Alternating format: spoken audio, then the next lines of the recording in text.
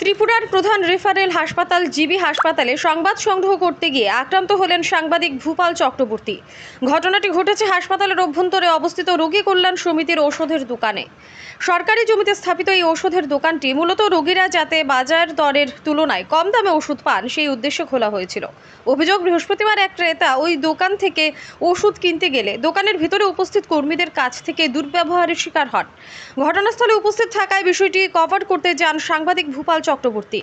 তখনই কাউন্টারের ভেতরে থাকা এক ব্যক্তি সাংবাদিকদের হাতে থাকা মোবাইল ফোন ছিনিয়ে নেন। পরে নাম জিজ্ঞেস করা হলেও তিনি নিজের পরিচয় দিতে অস্বীকার করেন। ঘটনাস্থলে উপস্থিত সাধারণ ক্রেতারা পুরো ঘটনার সাক্ষী থেকেছেন এবং সাংবাদিকদের সঙ্গে হওয়া দুর্ব্যবহারের বর্ণনাও দিয়েছেন।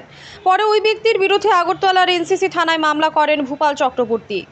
পুলিশ সেখানে গেলে জানা যায় যে অভিযুক্তের নাম তাপস পাল। ঘটনার পর সেখানে যান জিবি হাসপাতালের deputy medical super doctor Kanak Chowdhury, Agartala press ক্লাবের সভাপতি প্রণব সরকার এবং জিবি আউটপোস্টের পুলিশ। ডক্টর কনক চৌধুরী সাংবাদিকদের জানিয়েছেন, বিষয়টি গুরুত্ব সহকারে দেখা হচ্ছে এবং পুলিশ আইনি ব্যবস্থা নেবে। এই ঘটনায় সাংবাদিক মহলে তীব্র ক্ষোভের সৃষ্টি হয়েছে। হাসপাতালের মতো সংবেদনশীল জায়গায় সংবাদ সংগ্রহ করতে গিয়ে সাংবাদিকদের উপর হামলা ও মোবাইল ছিনতাইয়ের ঘটনা সাংবাদিকদের নিরাপত্তা নিয়ে নতুন করে প্রশ্ন তুলছে। Bureau report, digital Tripura.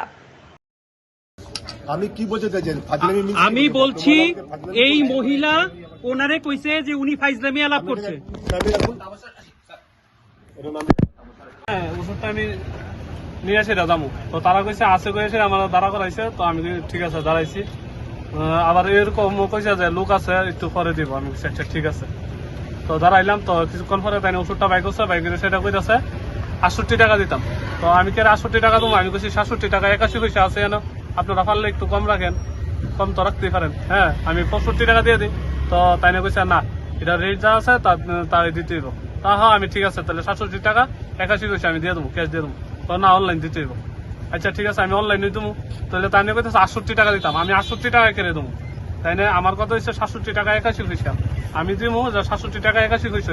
আমি যেহেতু অনলাইন আছে, আমার অনলাইন আমি দিতেই পারি 67 টাকা।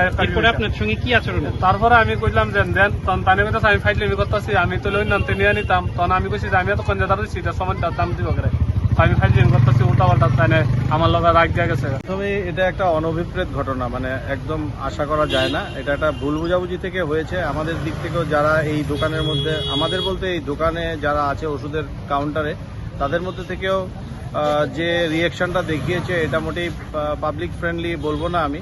এবং যে জিনিসটা কথাবার্তার মাধ্যমে সুন্দরভাবে মিটিয়ে ফেলা যেত, সেটাকে অন্যরকমভাবে রূপ দেওয়া হয়েছে।